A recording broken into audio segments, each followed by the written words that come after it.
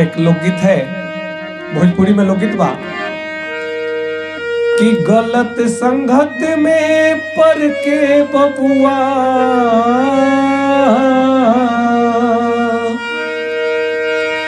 गलत संगत में पर के बबुआ अरे संस्कार मत नाश कर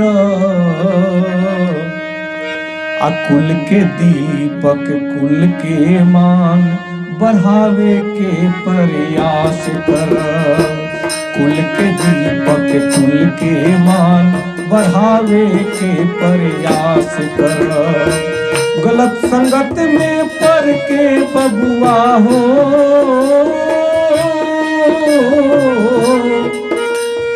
गलत संगत में पर के बबुआ संस्कार मत नाश कर कुल के दीपक कुल के मान बढ़ावे के प्रयास कर कुल के दीपक कुल के मान बढ़ावे के प्रयास कर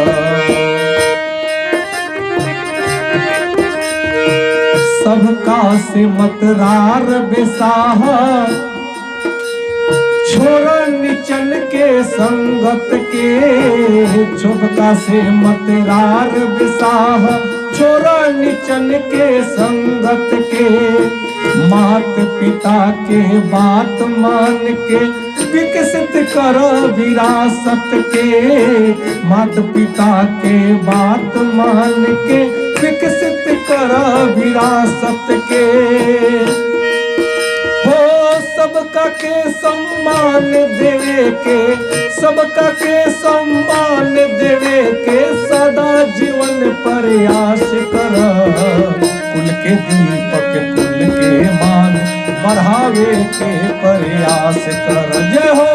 कुल के दीपक कुल के मान बढ़ावे के प्रयास कर गलत संगत में पर के बबुआ हो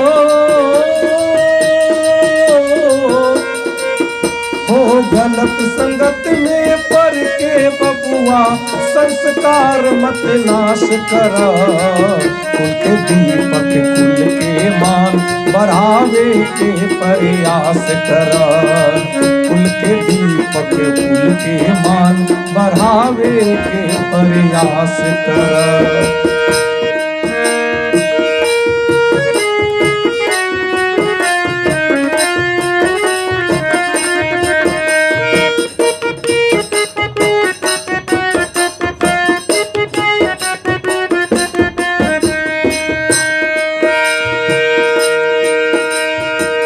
पिता के धन पर मत अकरा मेहनत से मान बढ़ाव तू पिता के धन पर मत अकरा मेहनत से मान बढ़ाव तू सदा कर प्रयास कर्म से ऊंच लक्ष्य के पाव तू सदा कर प्रयास कर्म से ऊंच लक्ष्य के पाव तू हो जीवन के संघर्ष में सुख दुख जीवन के संघर्ष में सुख दुख से मत मनवा उदास कर कुल के दीपक कुल के मान बढ़ावे के प्रयास कर जय हो कुल के दीपक कुल के मान बढ़ावे के प्रयास कर गलत संगत में पर के बबुआ हो गलत संगत में पर के बबुआ संस्कार मत नाश कर कुल के दीपक कुल के मान बढ़ावे के प्रयास कर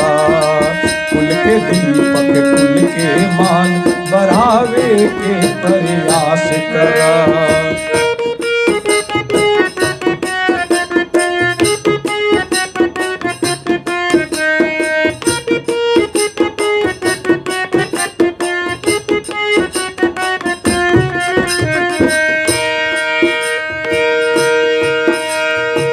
इधर उधर में कभी न अपना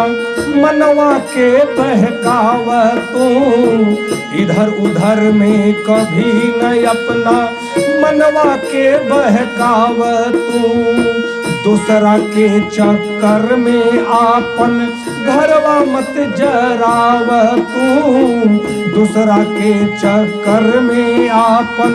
घरवा मत जराव तू। अन्न का बल पर कभी न बबुआ हो, अन्न का बल पर कभी न बबुआ, अन्न का बल पर कभी न बबुआ फौके के प्रयास कर। मन के दीपक कुल के मान बढ़ावे के प्रयास कर, कुल के दीपक कुल के मान बढ़ावे के प्रयास कर। गलत संगत में पड़ के बबुआ हो, गलत संगत में पड़ के बबुआ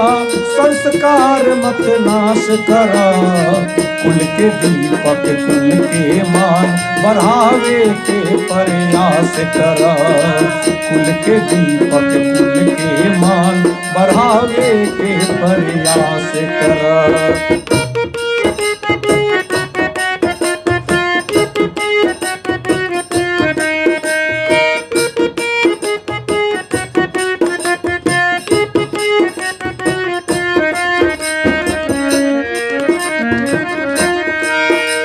जीवन में जीवन के जेकरा जिए ना जब तक आवेला,